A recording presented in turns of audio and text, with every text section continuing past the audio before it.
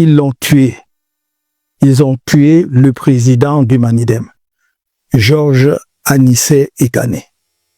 Depuis ma déclaration du 25 septembre 2025, faite sur la base de la résolution du Conseil national du MRC du 6 septembre 2025, par laquelle il était laissé à chaque électeur la liberté de voter en son âme et conscience pour un candidat de l'opposition de son choix, je m'étais imposé le silence, car notre parti était et demeure à ce jour dirigé par le président national par intérim, M. Mamadou Yacouba Mota.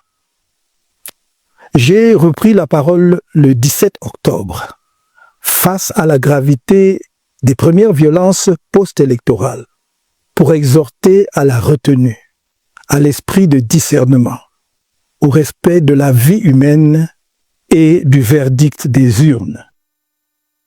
La tragédie du moment présent m'impose de prendre à nouveau la parole.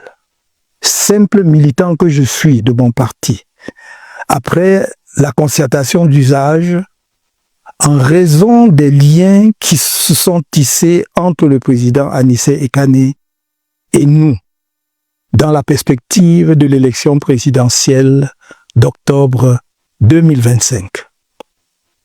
Sa mort en détention heurte violemment les consciences.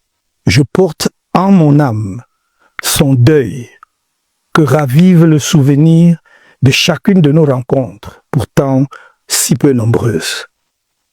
Je m'étais promis de rendre visite au président Ekane, au professeur Jean-Calvin Abaoyono et à M. Dieucam Tchamini après la convention extraordinaire du MRC prévue le 29 novembre 2025. Ce jour-là, j'ai convenu avec quelques-uns des avocats qui accompagnent ces détenus politiques de faire cette visite hier lundi 1er décembre 2025 à 9h. Le jour dit, alors que je m'approchais du secrétariat d'État à la Défense, où ils sont détenus au camp Yayap à Yaoundé, j'ai appelé un des avocats pour avoir leur position. C'est avec le décès d'Anissé Ekane qu'on m'a accueilli. Le président Georges Anissé Ekane a été assassiné par la haine de Maurice Kamto, l'exécration du MRC, la détestation d'Issa Chiroma Bakari, le mépris de la démocratie et l'angoisse du changement. Au regard des circonstances qui entourent sa mort, celle-ci ne peut être regardée autrement que comme un authentique crime d'État. Cher Anissé, malgré les épreuves de la vie et la violence de la prison, que tu avais déjà expérimenté par le passé, toujours pour tes opinions politiques, je crois pouvoir dire, de la distance qui était la mienne, que tu n'as jamais renoncé à tes convictions nationalistes. Je parle de ton attachement profond à un Cameroun véritablement libre, souverain et soucieux du bien-être de tous ses enfants. Malgré des moments de confusion et de relâchement, ces convictions sont restées comme une veilleuse au fond de toi.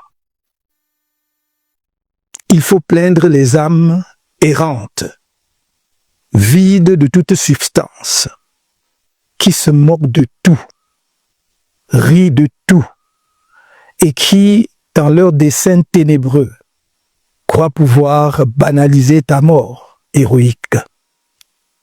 Ils espèrent pouvoir distraire le peuple camerounais, comme ils l'ont fait si souvent dans le passé, face à des morts jamais élucidées et échapper ainsi à leurs responsabilités juridiques, politiques, morales et historiques pour l'assassinat froidement exécuté d'un compatriote malade dirigeant politique connu uniquement pour cause de divergences dans les choix politiques.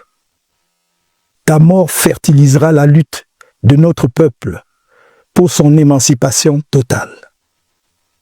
Ton holocauste suit ceux des héros nationaux qui t'ont précédé sur le long chemin de cette lutte.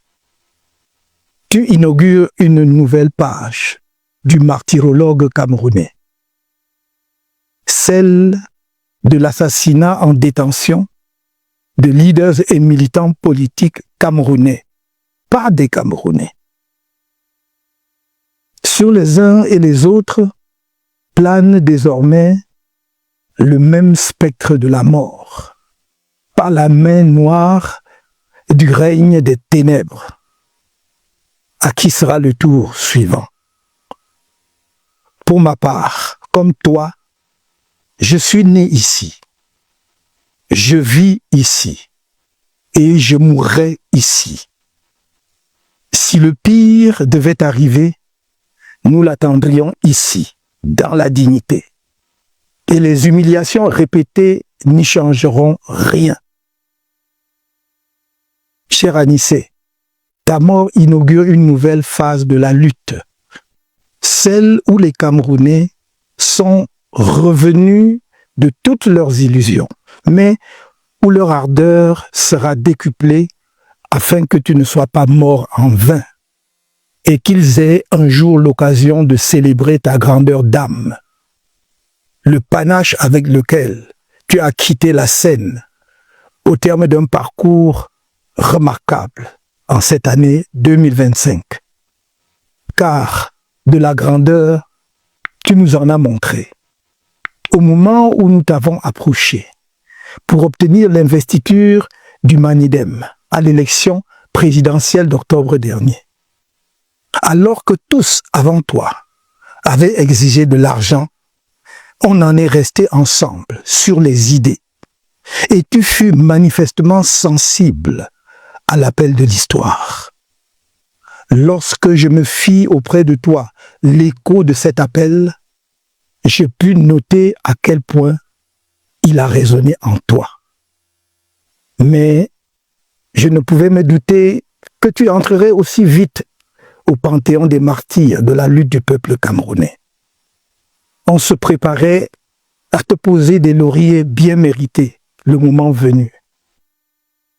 Maintenant que la vie t'a été arrachée sans pitié à la lutte, ceux qui exécutent la danse macabre dans notre pays croient en leur victoire éternelle.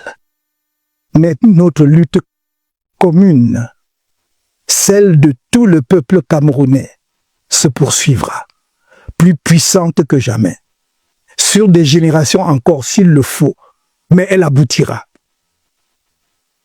La paix de ton visage que j'ai contemplé lundi matin sur ton lit de mort est le serment que tu nous en donnes. La lumière brillera sur le Cameroun, inéluctablement. May your soul rest in perfect peace. Les amis, c'était là le témoignage du professeur Maurice Kamto en hommage à Anissé Ekane, au président Anissé Ekane. Les amis, j'espère que vous avez regardé et que cela vous a plu. Si c'est le cas, n'hésitez pas à nous lâcher un pouce bleu. Sur cette chaîne, nous partageons des contenus relatifs à la politique, la géostratégie africaine et très particulièrement la Côte d'Ivoire, le Cameroun, l'AES également. Donc, si ce genre de contenu vous intéresse les amis, si ce n'est pas encore fait, abonnez-vous, activez la cloche de notification et retrouvons-nous dans la prochaine. Ciao.